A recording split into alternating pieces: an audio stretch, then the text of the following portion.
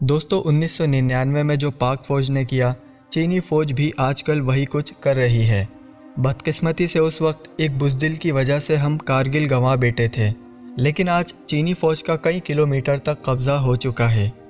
دوستو لداخ میں چین نے بھارت کو ناکو چنے چبوا دیے ہیں۔ متعدد فوجی گرفتار ہو چکے ہیں اور اکثر نے دم دبا کر بھاگتے ہوئے اپنی جان بچائی ہے۔ ذرائع کا کہنا ہے کہ لداخ اور سکم کی سرحد پر چینی فوج کی نقل و حرکت سے بھارت کے ہاتھ پاؤں پھول چکے ہیں۔ بھارتی میڈیا کے مطابق چینی فوج زیر زمین بنکرز بنانے میں مصروف ہے، جبکہ کچھ بھارتی فوجیوں کو گرفتار کر لیا گیا ہے، جبکہ بڑی تعداد میں بھارتی فوجیوں نے بھاگ کر جان بچائی ہے۔ لداخ سے ذرائع کے مطابق گھس کر مارنے کی بھڑکے مارنے والے بھارت کی آج کل بولتی بند ہے۔ اس کی وجہ سکم اور لداخ کی سرحد پر چینی فوج کی نقل و حرکت ہے، جس سے بھارتی فوج اور مودی سرکار کے ہوش اڑے ہوئے ہیں۔ اور بھارت کی منافقت کا مشاہدہ کریں کہ چائنا نے مار مار کر بھارت کا حلیہ بگاڑ دیا ہے۔ 4 کلومیٹر تک فوجیں اندر بھیج کر 5 چوکیوں پر قبضہ کر لیا، بھارت کے درجنوں فوجی گرفتار کر کے انہیں یرغمال بنا لیا اور بعد میں ترس کھا کے چھوڑ دیا۔ مگر پورے کا پورا بھارتی میڈیا اس وقت ایک پاکستانی جاسوس کبوتر کے پیچھے پڑا ہے۔ مجھے ان پر ہنسی بھی آ رہی ہے اور بیچاروں پر ترس بھی آ رہا ہے۔ یہ تھی مختصر تازہ ترین اپڈیٹ۔ تو چلیں اب آپ کو نبی کریم صلی اللہ علیہ وسلم اور نعمت اللہ شاہ ولی کی پیشن گوئیوں کی طرف لے چلتے ہیں، اور پھر ان پیشن گوئیوں کی نظر میں دیکھیں گے کہ کیا وہ وقت آ چکا ہے جب انڈیا اور پاکستان کی چوتھی فیصلہ کن جنگ ہوگی۔ چائنا، پاکستان اور خراسانی مجاہدین مل کر کفر و شرک کی اس ریاست کی اینٹ سے اینٹ بجا دیں گے۔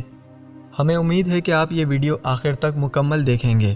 تو گزارش یہ ہے کہ آگے بڑھنے سے قبل اس ویڈیو کو لائک کریں، اور اگر ابھی تک آپ ہمارے چینل UCS TV کا حصہ نہیں بنے تو ہمارے چینل UCS TV کو سبسکرائب کر کے گھنٹی کا بٹن ضرور دبا دیں، تاکہ آپ کو اس طرح کے حقائق سے بھرپور ویڈیوز بر وقت ملتی رہیں۔ پیارے دوستو، پاکستان صرف ایک ملک نہیں ہے، بلکہ یہ مملکت خداداد اللہ کے رازوں میں سے ایک راز ہے۔ یہ وہ مملکت ہے جس کے وجود میں آنے سے قبل ہی اس کے چرچے تھے۔ آپ کو اپنی اسکرین پر جو لوگو نظر آ رہا ہے، یہ خلافت عثمانیہ کا لوگو ہے۔ اس لوگو میں آپ کو 2 جھنڈے سرخ اور سبز واضح طور پر نظر آ رہے ہوں گے۔ اس میں سے سرخ جھنڈا تو ترکی نے اپنا لیا، جبکہ سبز پاکستان کا مقدر ٹھہرا۔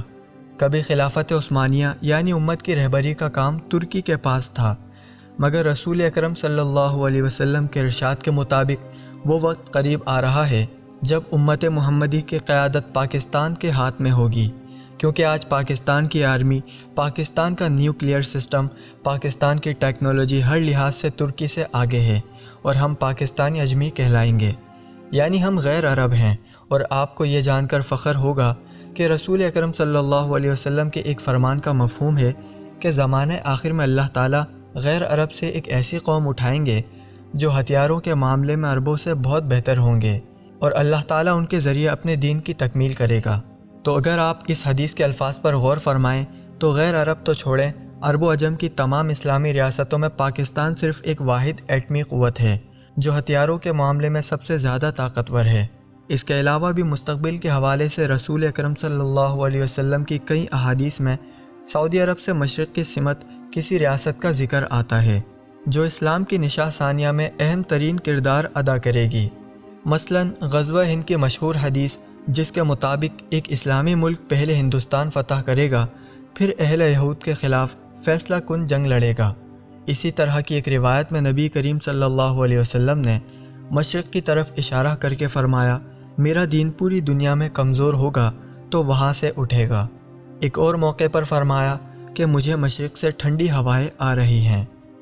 نبی کریم صلی اللہ علیہ وسلم کی احادیث میں اشارہ پاکستان کی طرف تھا، جبکہ مسلمان تو ہندوستان میں بھی بستے ہیں۔ تو سب سے پہلے نبی کریم صلی اللہ علیہ وسلم نے اپنی حدیث میں اس سلطنت کے محل وقوع کی طرف اشارہ کیا، یعنی عرب سے مشرق کی طرف۔ مشرق کی طرف تو پاکستان ہی ہے جو اس محل وقوع پر پورا اترتا ہے۔ اس کے علاوہ یہ وہ سلطنت ہے جسے اللہ تعالیٰ نے سب سے مبارک دن جمعۃ المبارک کو سب سے پیارے مہینے رمضان المبارک میں اور سب سے عظمت والی رات یعنی لیلۃ القدر میں بنایا۔ یہ محض اتفاق تھا یا اس جانب اشارہ تھا کہ پاکستان اللہ تعالیٰ کے رازوں میں سے ایک راز ہے، اور یہ ریاست محض ایک حادثے کے طور پر وجود میں نہیں آئی۔ یہ محض ایک اتفاق نہیں ہے بلکہ اللہ تعالیٰ کا انتخاب ہے۔ اور آج کے نام نہاد مسلمانوں اور لبرلز کے سامنے جب اس طرح کی بات کی جائے تو مذاق اڑاتے ہیں، لیکن کتنے افسوس کی بات ہے کہ ہم سے زیادہ کفار کے بڑے ہماری اس بات کو جانتے تھے۔ مثلاً آپ کو بتاتے ہیں کہ ہندو ہر بڑا کام کرنے سے پہلے حساب کتاب ضرور کرتے ہیں، ذائچے بنواتے ہیں اور مہورت نکالتے ہیں۔ کہا جاتا ہے کہ قیام پاکستان کے فوراً بعد گاندھی نے پنڈت اور نجومی بلوا کر حساب کتاب کروایا تو اسے پنڈتوں اور نجومیوں نے بتایا کہ پاکستان اور انڈیا میں 4 بڑی جنگیں ہوں گی اور چوتھی جنگ فیصلہ کن ہوگی۔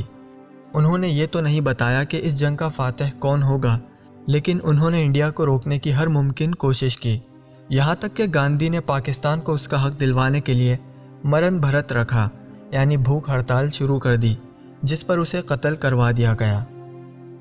متعدد صاحب علم کا ماننا یہ ہے کہ غزوہ ہند والی مشہور حدیث جس میں لڑنے والے عظیم لشکر کا ذکر نبی کریم صلی اللہ علیہ وسلم نے کیا ہے وہ پاکستان سے ہی نکلے گا۔ اس پر ان کی دلیل یہ ہے کہ غزوہ ہند والی حدیث میں سے جو فوج ہے وہ یہودیوں یعنی اسرائیل کے خلاف بھی جنگ کرے گی۔ آج اس خطے میں جو بھی اسلامی ممالک ہے ان میں سے صرف پاکستان ہی وہ واحد اسلامی ریاست ہے جس کے بیک وقت اسرائیل اور انڈیا کے ساتھ معاملات خراب ہیں اور کئی جنگیں بھی ہو چکی ہیں۔ چنانچہ یہ شرط فی الحال کوئی اور اسلامی ملک پوری کرتا نظر نہیں آ رہا۔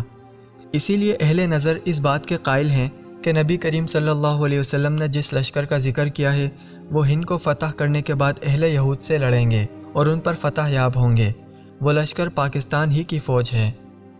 حضرت شاہ ولی اللہ محدث دہلوی رحمۃ اللہ علیہ نے طبرانی کے حوالے سے احادیث کا ذکر فرمایا ہے جن میں حضور نبی کریم صلی اللہ علیہ وسلم نے ہند کے خطے سے اپنی محبت کا اظہار فرمایا ہے۔ آپ صلی اللہ علیہ وسلم نے فرمایا، مجھے ہند سے ٹھنڈی ہوا آتی ہے۔ اسی طرح آپ صلی اللہ علیہ وسلم نے فرمایا، میں عرب ہوں لیکن عرب مجھ میں نہیں، اور میں ہند میں نہیں لیکن ہند مجھ میں ہے۔ آج ہندوستان 2 حصوں میں تقسیم ہے، ہندوؤں کا ہند اور مسلمانوں کا ہند، اور یقیناً حضور اکرم صلی اللہ علیہ وسلم نے اس قدر محبت کا اظہار مسلم ہند یعنی اسی مدینہ ثانی پاکستان کے متعلق ہی فرمایا تھا۔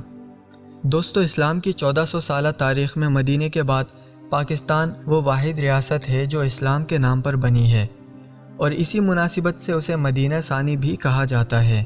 لیکن مدینہ سے مماثلت کا معاملہ صرف نام کی حد تک محدود نہیں ہے۔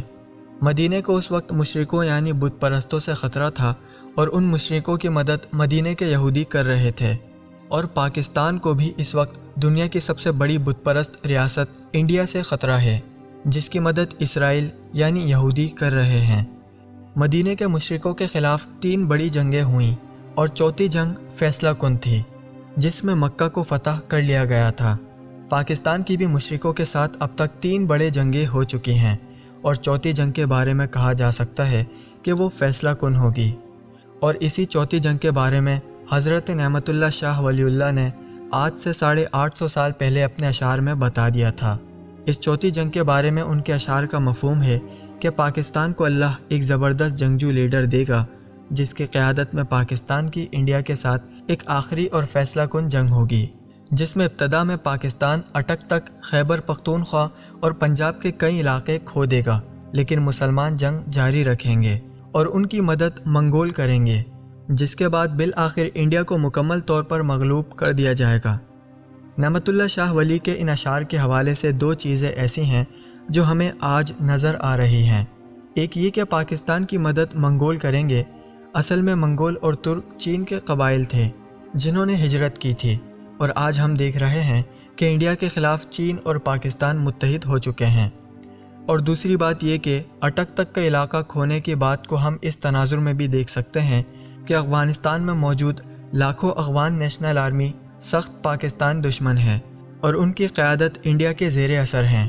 ان کا پاکستان میں اٹک تک کے علاقے پر دعویٰ بھی ہے، اور یہ ممکن ہے کہ جب پاکستان انڈیا کے ساتھ مصروف جنگ ہو تو افغانستان کے کٹ پتلی حکومت کو موقع مل جائے کہ پاکستان پر مغربی سمت سے حملہ کرے، اور انڈیا میں جنگ کی مشغولیت اور غیر موجودگی کی وجہ سے ان کے لیے ان علاقوں میں پیش قدمی کرنا مشکل نہیں ہوگا۔ گمان غالب یہ ہے کہ ان ضمیر فروشوں کے خلاف پاکستان کی مدد افغان مجاہدین کریں گے، اور حضرت نعمت اللہ شاہ ولی کی پیش گوئی کے آخری حصے میں یہ نوید سنائی گئی تھی کہ بالآخر پاکستان کے مسلمان ہندوستان پر قبضہ کر لیں گے اور اس فیصلہ کن جنگ کا اختتام اسلام کی سربلندی پر ہوگا۔ دوستو، نعمت اللہ شاہ ولی کی اس پیشن گوئی سے اندازہ لگانا مشکل نہیں ہے کہ نبی کریم صلی اللہ علیہ وسلم کے فرمان میں جس عظیم لشکر کا ذکر ہے کہ وہ اسلام کے دشمنوں پر قابو پائیں گے، وہ پاکستانی لشکر ہی ہے۔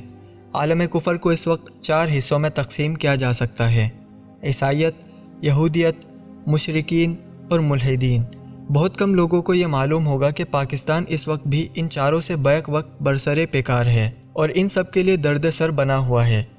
مشرکین کی نمائندہ ریاست انڈیا ہے، یہودیوں کی اسرائیل، اور ان کے خلاف پاکستان کی جنگ سے ہم سب واقف ہیں۔ جدید الحاد کی سب سے بڑی نمائندہ ریاست روس ہے، جو اپنے وقت کی سپر پاور تھی۔ جب وہ اپنی الحادی نظریات کو پوری طاقت سے دنیا بھر میں پھیلا رہی تھی، تب پاکستان اور افغان مجاہدین کے ہاتھوں اپنے انجام کو پہنچی۔ اسی طرح عیسائیت کی نمائندہ امریکہ بظاہر پاکستان کا اتحادی ہے، لیکن اب دنیا جان چکی ہے کہ افغانستان میں امریکہ کو درحقیقت کس کے ہاتھوں شکست کا سامنا ہے۔ پاکستان کے مسلح افواج دنیا کی اعلیٰ ترین افواج میں سے ہے، اور یہ حقیقت نہ روس کو پسند ہے اور نہ امریکہ کو۔ روس کی نظریں افغانستان اور پھر بحیرہ عرب پر ہیں، جن کو قابو کرنا پاکستان کی موجودگی میں ناممکن ہے، جبکہ امریکہ اسرائیل کا حلیف ہے اور جانتا ہے کہ اگر اسرائیل کے خلاف عالم اسلام کی جانب سے کبھی عالمی طور پر جہاد کا اعلان ہو گیا تو پاکستان کی افواج اور نہتی آبادی بھی کسی حکم کا انتظار کیے بغیر اسرائیل پر چڑھ دوڑے گی، اور یہی وہ پیشن گوئی ہے جس کا ہم ویڈیو میں پہلے ہی ذکر کر چکے ہیں۔ اب چائنا نے انڈیا پر لداخ کی جانب سے حملہ کر کے ابتدا کر دی ہے، اور امید ہے کہ جلد بلوچستان کی جانب سے پاکستانی افواج بھی انڈیا کی اینٹ سے اینٹ بجائیں گی، اور خراسانی مجاہدین بھی امریکہ سے فراغت پانے والے ہیں۔ تو اگلا نمبر کشمیر کے راستے بھارت کا ہی لگتا ہے۔ انشاءاللہ یہ پیشن گوئی جلد پوری ہونے والی ہے۔ ہمیں امید ہے کہ جذبہ جہاد رکھنے والے مسلمانوں کو یہ ویڈیو بہت پسند آئی ہوگی، اور اگر آپ ہمارے اس تجزیے سے اتفاق کرتے ہیں تو اس ویڈیو کو لائک کریں اور فیس بک اور واٹس ایپ پر زیادہ سے زیادہ شیئر کریں تاکہ اور مسلمان بھی ان معلومات سے مستفید ہو سکے۔